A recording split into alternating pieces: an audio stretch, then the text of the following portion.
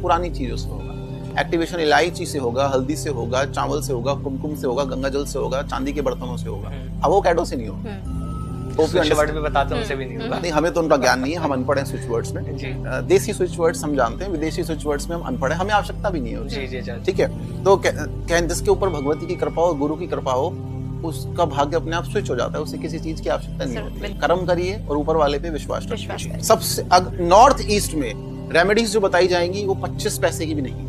अच्छा। आप north east में फेस करके बैठ जाइए भोजन करते समय, और हमेशा गुरु की दिशा में, नॉर्थ ईस्ट की दिशा बृहस्पति की, जुपिटर की, आप उस दिशा में भोजन करें, प्रणाम करके, गुरु को प्रणाम करके। गुरु नहीं है तो भगवान शंकर आपके गुरु हैं, और आप उस भोजन को करते समय शंकर जी को और माता लक्ष्मी को थैंक्स बोलें, धन्यवाद करें, और उस भोजन को ग्रहण करते समय सोचें कि मेरा धन बढ़ रहा है, माता अन्नपूर्णा की कृपा हो रही है। 41 डेज में आप देखेंगे कि कैश के रिसोर्स बनने लग जाएंगे नॉर्थ ईस्ट में। अच्छा, देखिए कितनी सुंदर रेमेडी है, लेकिन इसका मतलब ये नहीं कि आप 6 बार खाने लग जाएं। वही मेरा सवाल था, कब दिन में कब करनी है इसको? खाते समय जो आपके 3 टाइम है, ब्रेकफास्ट, लंच, डिनर। हमारे तो 2 ही टाइम है, कभी कभी एक ही टाइम होता है, व्रत होते हैं। आपके अगर 3 टाइम है तो आप 3 टाइम कर सकते हैं। दूसरा, आप यही नहीं करना चाहते, कोई बात नहीं है, केले के पेड़ के पास चले जाइए। अगर आप धन के सोर्स बनाना चाहते हैं, गृहस्थ जीवन सुखी संपन्न चाहते हैं, आप चाहते हैं कि आप आंखें खोलें और मोबाइल में क्रेडिट लिखा हो, फोन नहीं चाहता है। डेबिट से तो हमें प्रॉब्लम होती है,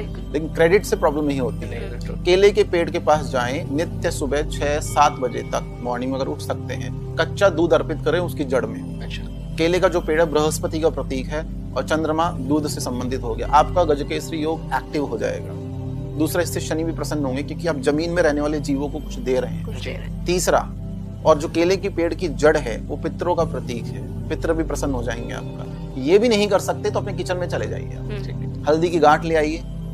अगर बृहस्पति पहले हाउस में बैठा है तो 1 गांठ, अच्छा, चौथे में है तो 4 गांठ, 7, 7, 10, 10, जिस भी भाव में बैठा है चंद्रमा के साथ। चांदी का बर्तन आपको लेना पड़ेगा, अफोर्ड नहीं कर सकते तो मिट्टी का बर्तन लेना पड़ेगा। चांदी का बर्तन ले लिया आपने, उसमें हल्दी डाल दी और उसमें चावल डालने आपको, अक्षत बिना टूटे हुए, और वो खराब ना हो जाए जल्दी, तो उसमें थोड़ा सा कपूर, भीमसेन कपूर का टुकड़ा रख दीजिए, रख दो आप उसको नॉर्थ ईस्ट में, और आप भूल जाओ उसको रख। अच्छा। और हर 15 दिन में, 1 महीने में आप उसको चेंज कर दो। बस इसमें 1 रुपया भी आपका नहीं लगा और धन की बरकत शुरू हो जाएगी। आप करके देखिए, हम 15 साल से उपाय कर रहे हैं। जब लोगों को बताते हैं कि करोड़पति ऐसे बन सकते हैं, तो आप करिए, आपकी सारी आवश्यकताओं की पूर्ति ये नवग्रह ही कर देंगे। आपको कहीं किसी के सामने हाथ फैलाने की आवश्यकता नहीं पड़ेगी।